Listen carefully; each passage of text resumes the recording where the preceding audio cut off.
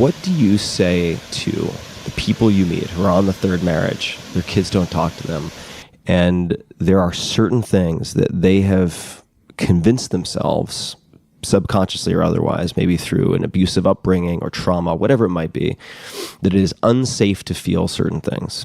And you come in, they've asked for help, but they do not want to open Pandora's box, right? They do not want someone to drag them into the deep waters of emotions that they've kept under lock and key for so long.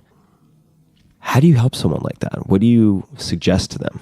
Because it does get messy, right? It's going to get messy before it gets clean, right?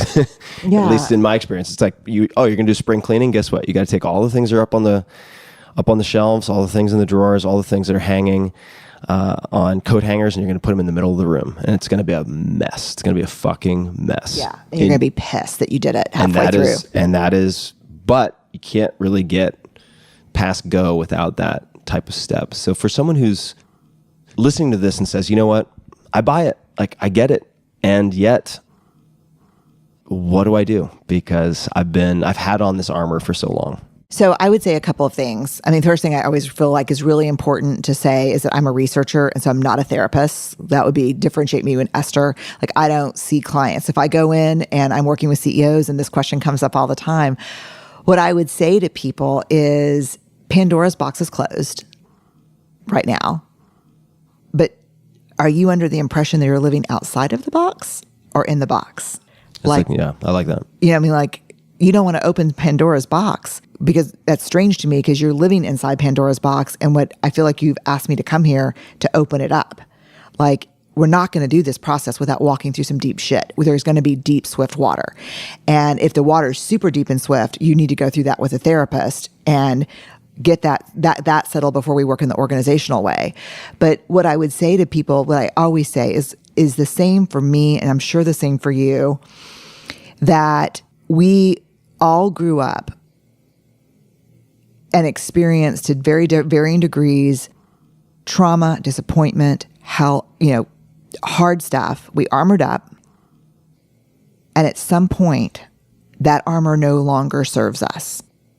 And so what I think I would say to that person is, how is not talking about this serving you? Mm-hmm. Like, I've been sober for 23 years, so someone in AA would be like, how's that shit working for you? Mm-hmm. But I probably would put a softer spin on it than that. Right.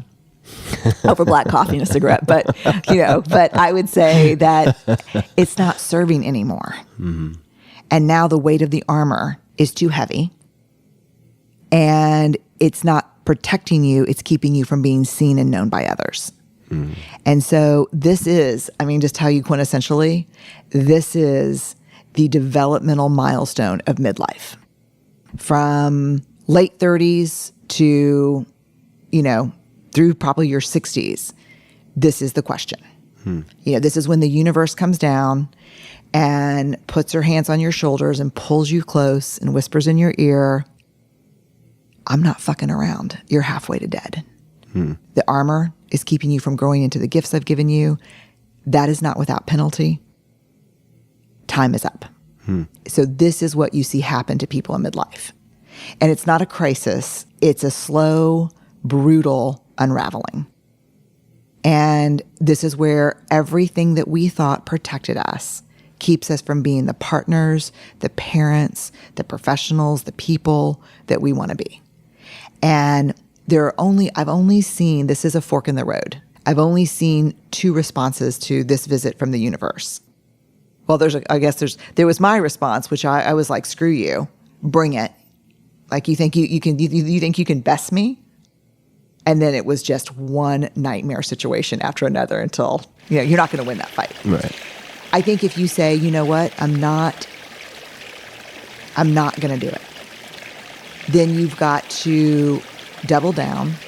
These are the people that walk through the world, double down on their own shit, in denial, cheek squeezed as they walk, and cause so much pain in the world.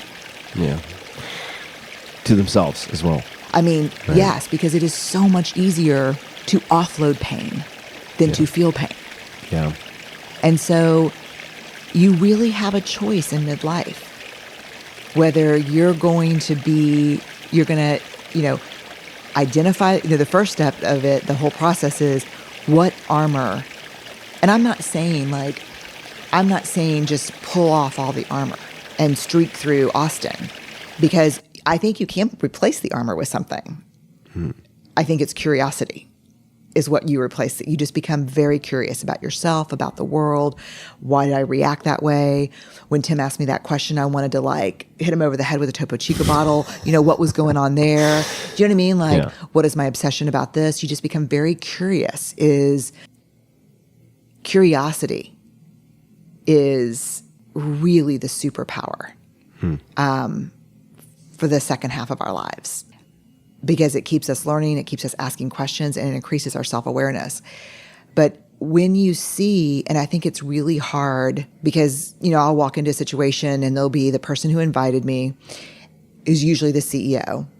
And then you'll have the cross-armed, pissed off, clenched cheek, F you looking person, usually in operations or technology, and then they're like, what's the business case for you being here?